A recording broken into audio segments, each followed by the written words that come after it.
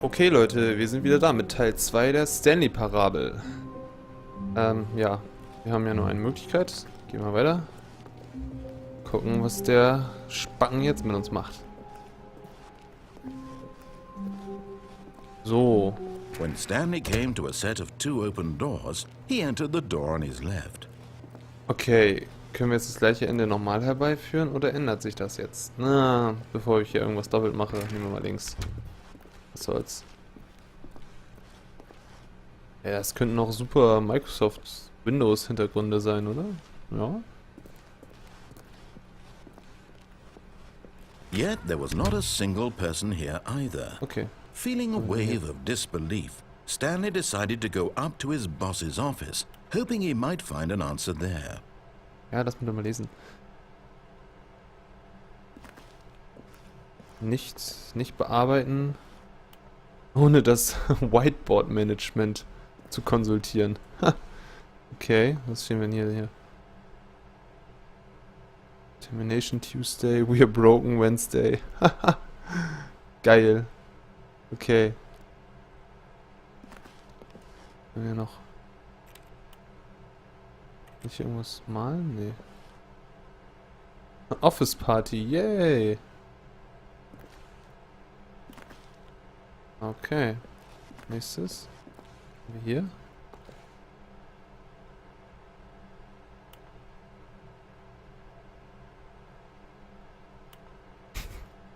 Get Chris out of the broom closet.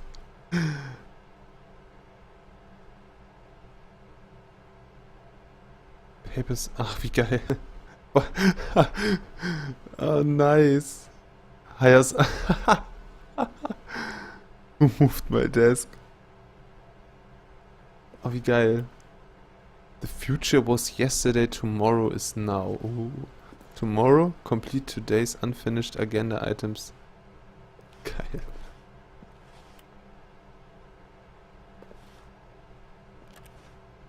So. Oh, hier so viel zu lesen. Na, das machen wir jetzt mal durch. Das Bild gerade gewechselt. Ach, verdammt, okay.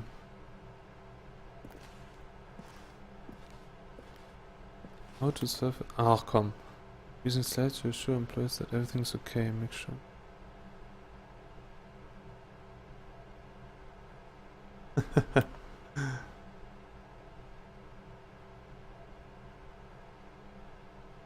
Okay, ja.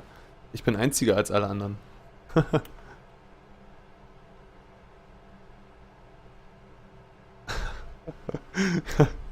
Wie Marshall bei How I Met Your Mother, nice.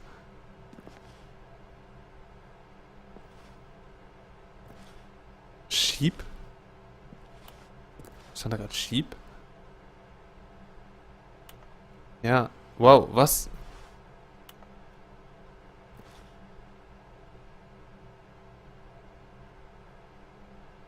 Geil. Okay, cool.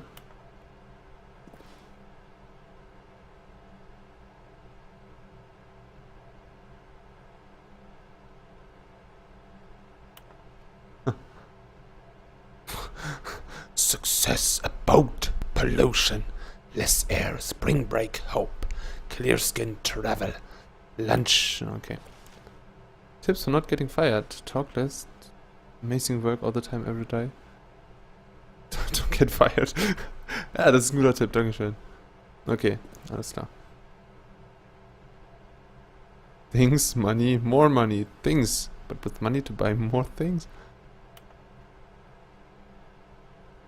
We have a new project. Oh, geil, Mann. Das ist ja eine einzige Verarsche.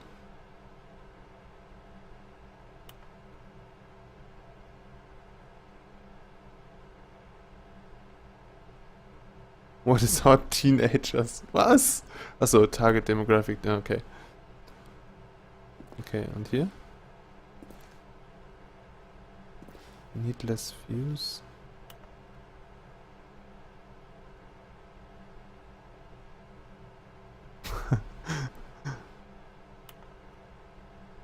More water coolers, more water cooler heaters. Alter, großartig.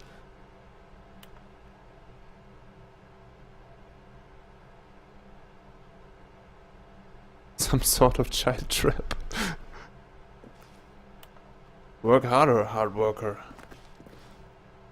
Teenagers, size of demographic. Space between the teenagers. 1,5%. Was ist hier da?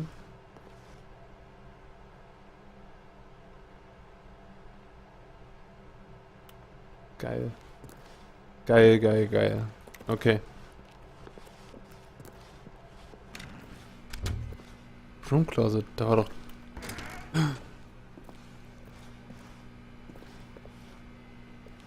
Das ist ein Grafikbug? Hier war doch einer drin. Stanley stepped into the broom closet, but there was nothing here, so he turned around and got back on track. Nee. Ist irgendwas Cooles, 100 Pro. There was nothing here. No choice to make, no path to follow, just an empty broom closet. No reason to still be here. Muss da irgendwas sein. Warum kann ich denn sonst hier rein? It was baffling that Stanley was still just sitting in the broom closet.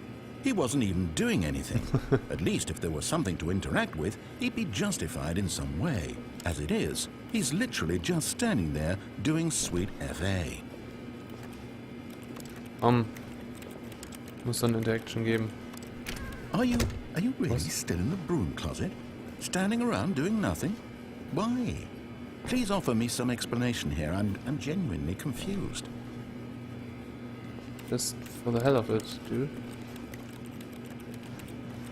You do realize there's no choice or anything in here, right? Ich warte hier If I'd trotzdem. said Stanley walked past the broom closet, at least you would have had a reason for exploring it to find out.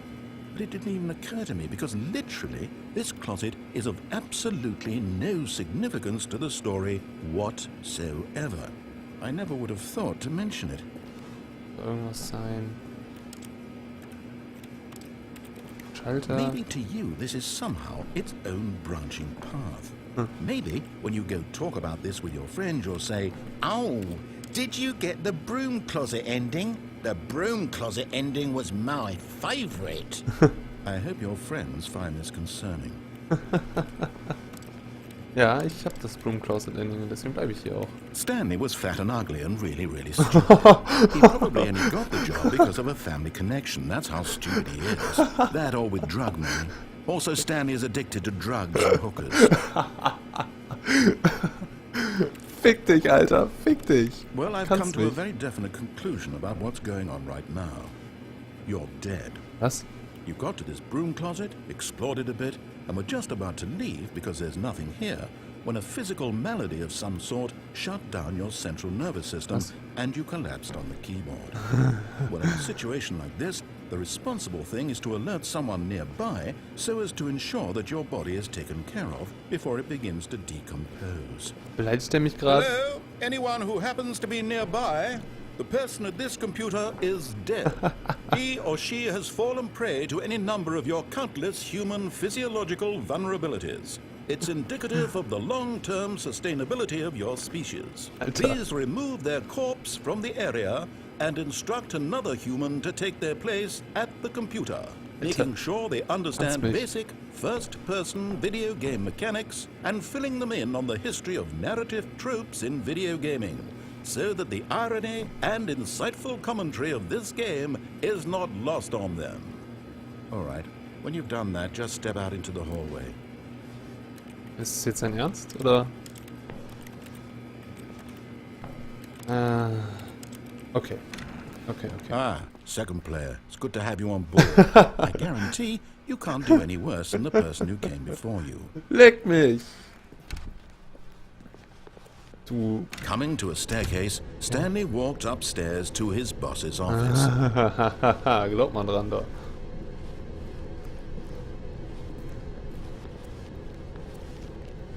Ein Zettel, ich will ihn lesen. Das. Kann ich... Moment mal. Maus 1. Nein, nichts zum Aufnehmen? Na gut, dann nicht. But Stanley just couldn't do it. Nope. He considered the possibility of facing his boss, admitting he had left his post during work hours. He might be fired for that. And in such a competitive economy, why had he taken that risk? All because he believed everyone had vanished? His boss would think he was crazy. And then something occurred to Stanley. Maybe, he thought to himself, maybe I am crazy. All of my co-workers blinking mysteriously out of existence in a single moment for no reason at all? None of it made any logical sense. And as Stanley pondered this, he began to make other strange observations. Oh man. For example, why couldn't he see his feet when he looked down? Why did doors close automatically behind him wherever he went? And for that matter, these rooms were starting to look pretty familiar. Were they simply repeating? No, Stanley said to himself, this is all too strange. This can't be real. And at last, he came to the conclusion that had been on the tip of his tongue. He just hadn't found the words for it. I'm dreaming! Yeah. He yelled. This is all a dream.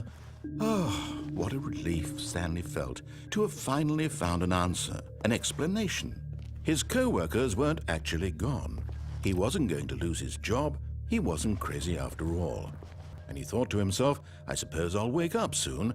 I'll have to go back to my boring real-life job pushing buttons. I may as well enjoy this while I'm still lucid. So, he imagined himself flying and began to gently float above the ground. Oh. Then he imagined himself soaring through space on a magical starfield, and it too appeared. It was so much fun, and Stanley marveled that he had still not woken up. How was he remaining so lucid? And then perhaps the strangest question of them all entered Stanley's head. One he was amazed he hadn't asked himself sooner. Why is there a voice in my head dictating everything that I'm doing and thinking? Now the voice was describing itself being considered by Stanley, who found it particularly strange. I'm dreaming about a voice describing me, thinking about how it's describing my thoughts, he thought. And while he thought it all very odd and wondered if this voice spoke to all people in their dreams, the truth was that, of course, this was not a dream. How could it be? Was Stanley simply deceiving himself, believing that if he's asleep, he doesn't have to take responsibility for himself? Stanley is as awake right now as he's ever been in his life. Now, hearing the voice speak these words was quite a shock to Stanley. After all, he knew for certain, beyond a doubt, that this was in fact a dream. Did the voice not see him float and make the magical stars just a moment ago? How else would the voice explain all that? This voice was a part of himself too. Surely, if he could just... He would prove it. He would prove that he was in control, that this was a dream. So he closed his eyes gently, and he invited himself to wake up. Okay. He felt the cool weight of the blanket on his skin, the press of the mattress on his back, the fresh air of a world outside this one. Let me wake up, he thought to himself. I'm through with this dream. I wish it to be over. Let me go back to my job. Let me continue pushing the buttons. Please, it's all I want. I want my apartment, and my wife, and my job. All I want is my life exactly the way it's always been. Ja, bitte. My life is normal. I am normal. Everything will be fine. I am okay.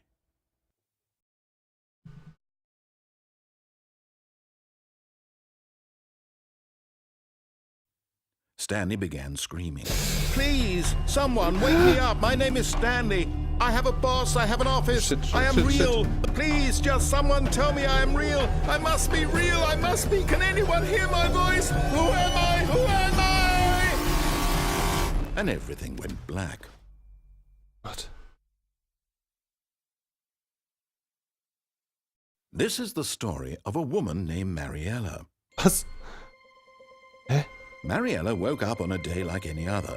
She arose, got dressed, gathered her belongings, and walked to her place of work. But on this particular day, her walk was interrupted by the body of a man who had stumbled through town talking and screaming to himself, and then collapsed dead on the sidewalk. And although she would soon turn to go call for an ambulance, For just a few brief moments, she considered the strange man. He was obviously crazy. This much she knew. Everyone knows what crazy people look like. And in that moment, she thought to herself how lucky she was to be normal. I am sane. I am in control of my mind. I know what is real and what isn't. It was comforting to think this, and in a certain way, seeing this man made her feel better.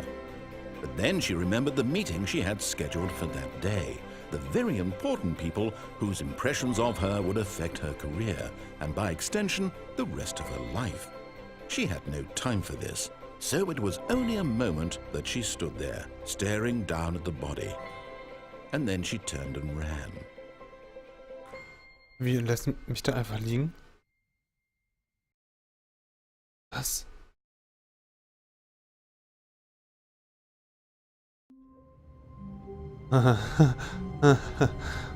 Okay. Okay. Puh, alles klar. Ja, ich bin noch... I can't wait to tell this story to my co-workers, Stanley thought. How amusing they'll find it. Oh, won't we all just laugh and laugh at the time I thought everyone had gone missing. Okay. Ja, das wäre super.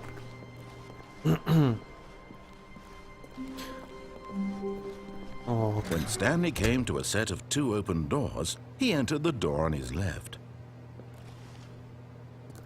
Nein. Nö. Nein.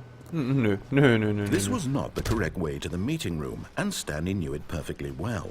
Perhaps he wanted to stop by the employee lounge first, just to admire it. Oh, okay, okay. Ah, alles klar, alles klar. Wow. Yes, this room. What a beautiful room. What a gorgeous, gorgeous room. Thank goodness Stanley had taken this detour on his way to the meeting room. Life without having experienced this room was now too horrible even to consider. Ja, okay, But okay. eager alles to klar. get back to business, Stanley took the first open door on his left. Ja. Ja, doch. And so he detoured through the maintenance section, walked straight ahead to the opposite Hier door, bin ich, and alles got klar. back on track. Ja. Okay, alles ist gut. Alles ist gut. Alles ist... Komm ich da rein? Was not? Kann ich hier irgendwo rein? Wieso kann ich hier nirgendwo rein? Komm schon. Okay. Yet there was not a single person waren wir here schon. either. Feeling a wave Okay. of disbelief, Stanley decided to go up to his boss's office, hoping he might find an answer there. Okay, alles klar. Wir sind beim Boss Office. Gut, großartige Coming to a staircase, Entscheidungsmöglichkeit. Stanley walked upstairs to his boss's Und- office. Unglaublich gute Möglichkeit, um die jetzige Folge zu beenden. Und, naja, gleich weiterzumachen, da ja nur noch 1,5 Minuten übrig sind. Und tschüss.